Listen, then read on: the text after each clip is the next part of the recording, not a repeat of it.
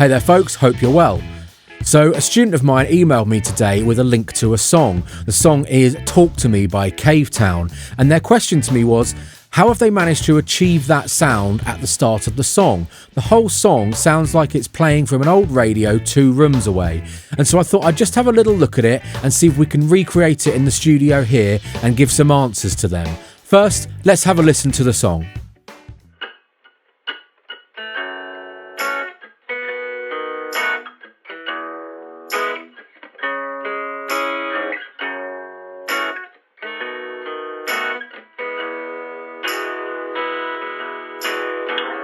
Don't have to be a hero to save the world. It doesn't make you a narcissist to love yourself. Okay, so the song goes something like this.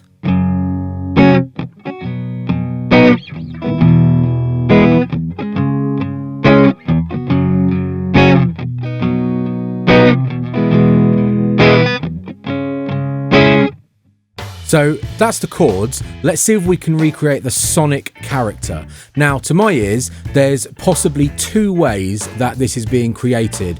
One is by using plugins and effects in the DAW, and the other one is by using the room that the guitar and later the vocals were recorded in. Now, obviously, I don't know what room that was recorded in. I don't have access to that room, but I'll use the studio here to try and recreate that in as best a way I can in a small home studio setting. The mic I'm using is the Beyerdynamic M160, an absolute classic of guitar recording, and that is particularly why I'm using it, to pick up a really nice smooth tone. So let's see how it goes. Okay, so we're in Logic now. Let's just hear the recorded guitar part.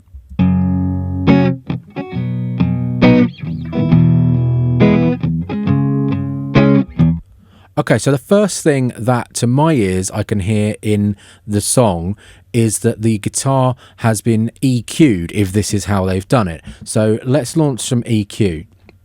Now, Logic is actually quite good at this, and it's got lots of EQing tools, and if you scroll down to your presets menu, you've got lots of things for instruments, but if you go to EQ tools, you've got a lot of things here that aren't necessarily for particular instruments, and the one I'm most interested in here are these 2, which is Megaphone EQ and Megaphone.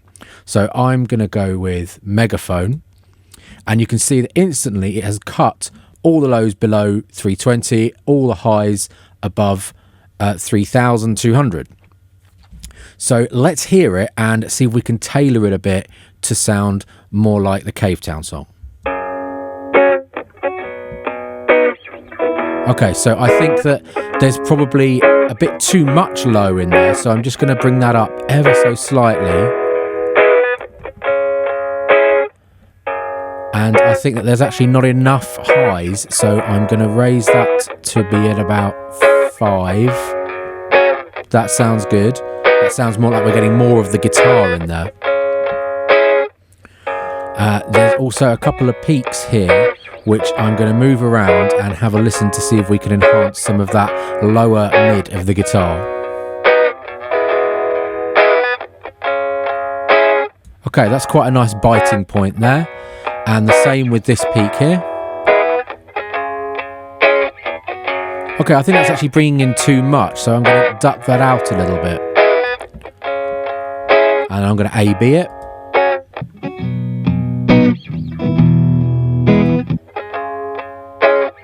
Okay, definitely on the right path. And then I think I'm just going to bring the overall level down just so we're not going to peak to around -5. So that's EQ. The next thing that I'd like to look at is putting that sound in a space. As my student said, it sounds like it's coming from a few rooms away. Well, to do that, we're going to apply some reverb. So I'm going to use Logic's stock reverb plugin, Space Designer, and I'm going to go for the mono to stereo option. So at the moment, the sound is mono. i.e. it's recorded with one mic, it's playing back equally on the left and right channel. But if you listen to a sound in a space, it will always be stereo. So I'm going to guess here, I'm going to go for a preset, and in the original, in the Cavetown song, it doesn't sound like a very big room. It doesn't sound reverberant to the point of being a large hall or a very big room or having lots of flat surfaces in it. It sounds quite small. It sounds like a kitchen or something like that. So I'm going to go for small spaces, rooms, and I'm going to go for the shortest possible time, and then we'll go from there. So I've got my dry up because I've applied the plugin directly to the channel. If you're going to do this on a bus, you take your dry right down. So let's hear it now and see if it makes it sound more like the Cavetown song.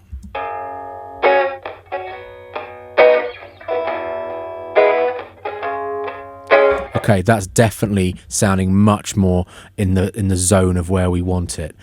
Let's just try and deal with a couple of these settings here. So we've got over here, we've got the pre-delay time, and we're just going to have a play around with those. So the pre-delay time is the time it takes for the reverb to actually start. So I'm going to just boost that up to about 15 milliseconds. Now that is almost imperceivable, but it's just going to give the space some definition in terms of where a person might be standing. And if we're going for that radio from 2 rooms away, that's where I want to be.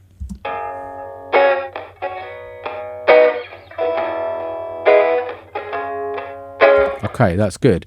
That is, I would say, 90% of the way there.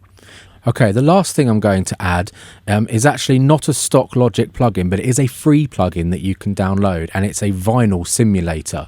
So I'm actually going to insert it before the reverb. So I'm going to move the reverb down and then select the Isotopes vinyl to go before that. So here it will emulate various sounds and functions and effects of a vinyl record player. So let's play it, and I'm going to first try and select the year from here. So it's currently set on year 2000, and I'm going to try the other ones, and they basically add different amounts of EQ and filters.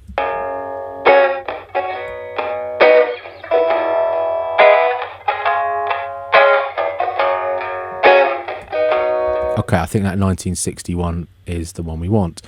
And then I'm not actually going to add any of these. The only one I'm going to add is some mechanical noise, and I'm going to try and add it at a very low perception level, so it's almost inaudible. So I'll turn it up so you can hear it, and then I'll bring it down to where I want it. So I'm going to bring that down.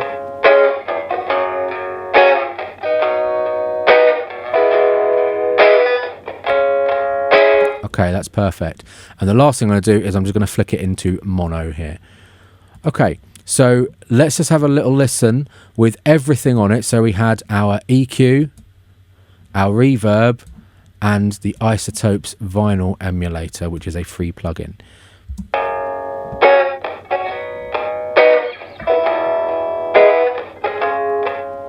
And let's remind ourselves how it sounded dry with nothing on it.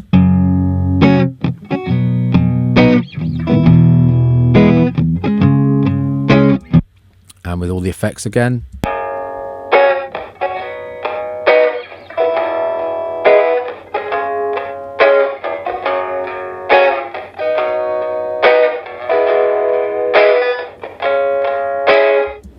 And I think that's got us 95% of the way there. So that was recreating it using plugins and effects. Let's have a go now at just using the room and mic placements. So the first placement that we're going to try is literally moving the mic back as far away from the amp to the opposite wall as possible.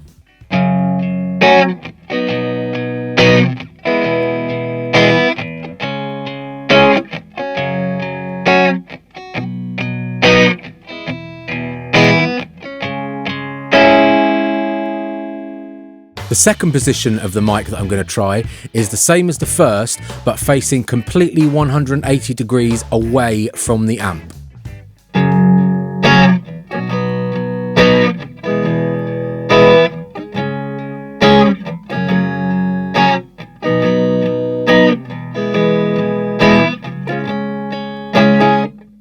The third position that I'm going to try is moving the mic right down this end of the room as far away from the amp as possible, but facing it towards the amp again.